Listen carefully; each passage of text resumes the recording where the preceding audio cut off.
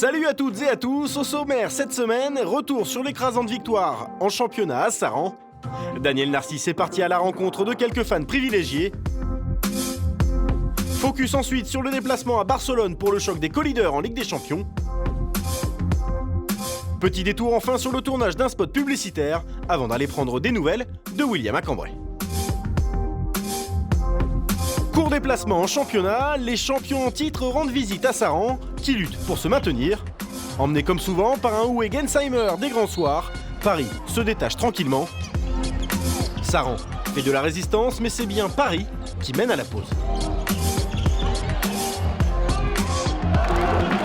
Paris déroule en deuxième mi-temps, la solution est aux ailes, Gensheimer l'a bien compris et termine la partie avec 11 buts et un joli 83% de réussite. Derrière, Thierry Omeyer fait le métier dans les cages parisiennes. Michael Hansen termine enfin le travail en fin de match et le Paris Saint-Germain réalise un festival offensif, 12 buts d'écart et une victoire, 44-32. On n'y pense pas trop à cette série, on prend vraiment les matchs les uns après les autres, on a un calendrier qui est infernal et là c'est Barcelone maintenant et donc comme je disais, dès qu'un match est fini, même s'il y a une victoire, on le laisse derrière nous et on se projette sur celui d'après parce qu'il faut continuer à être performant et on sait que toutes les équipes nous attendent au tournant. Avant de partir en Catalogne, Daniel Narcisse a rencontré des invités de GFI Informatique, partenaire majeur du club depuis 2012. Entre deux matchs, Air France a pu échanger et prendre quelques photos avec les quelques privilégiés présents. Un moment toujours agréable pour l'international français. La chance que l'on a, c'est qu'en plus d'être un formidable champion, c'est quelqu'un d'accessible, d'humble et sympathique.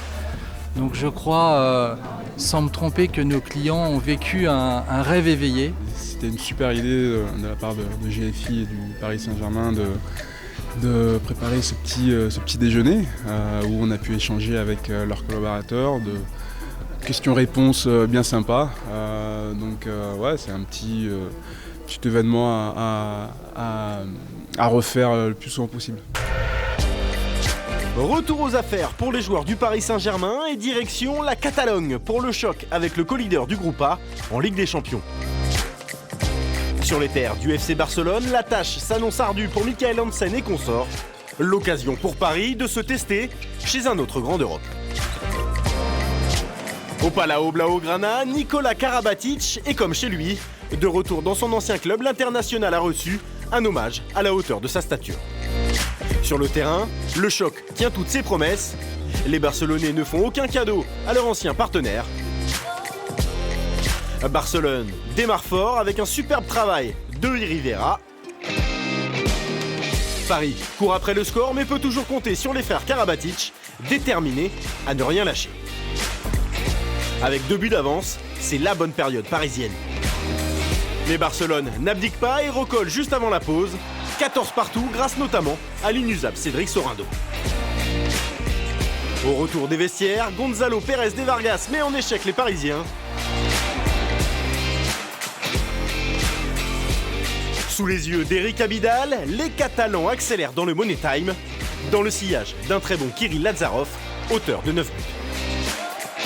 Paris ne reviendra plus et doit s'incliner 35-32. Mais fort de sa victoire de 7 buts à l'aller, les Parisiens gardent l'avantage des confrontations directes et cela pourrait compter en cas d'égalité à la fin de la phase de poule. Pendant le match, à certains moments, on était au-dessus d'eux et à d'autres, ils ont eu leur temps fort. On a été aussi entraînés par l'ambiance qu'il y avait, donc on a perdu beaucoup de balles, beaucoup plus que d'habitude. Il y a des joueurs comme ça, faut surtout pas baisser la tête et tout remettre en question. Il faut continuer à penser à ce qu'on a fait de bien jusque-là et espérons qu'on va rester sur une bonne dynamique. De retour à Paris, 4 joueurs ont répondu présent pour le tournage d'un spot publicitaire d'un autre partenaire du club, Best Drive. Thierry Omeyer, Benoît Kounkoud, Uwe Gensheimer et Nikola Karabatic se sont donc retrouvés pour un tournage de 2 heures. Entre le maquillage et le tournage, les sourires étaient de sortie pour ce spot à découvrir sur vos écrans en janvier durant le mondial de hand.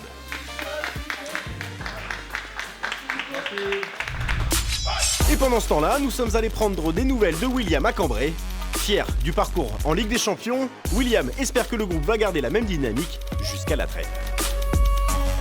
On a gagné Veszprém 2 fois d'affilée, ce qui n'est pas simple parce que c'est aussi une des meilleures équipes d'Europe. On a été capable de mettre 7 buts à Barcelone chez nous, ce qui reste une grosse prestation, donc on n'a pas à rougir de notre parcours pour le moment. Et Barcelone, c'est l'une des plus grosses équipes, c'est un des prétendants au titre final en Ligue des Champions, donc on y était allé en espérant faire un gros match. Je pense qu'on a quand même produit une bonne prestation, mais Barcelone a mérité sa victoire et a mieux joué que nous à certains moments. Tout est possible, on est quand même dans une poule très relevée, donc il peut y avoir encore des surprises et je pense qu'on peut encore peut-être sortir de ce groupe en étant en tête. Aujourd'hui tout se passe bien, il n'y a pas de prise de tête dans l'équipe, le groupe vit bien, on est content de s'entraîner ensemble, on a envie de se donner à fond pour le mec qui est à côté, donc je pense que forcément ça aide pour aller chercher des résultats dans des salles chaudes, on est prêt à se donner à fond pour les autres.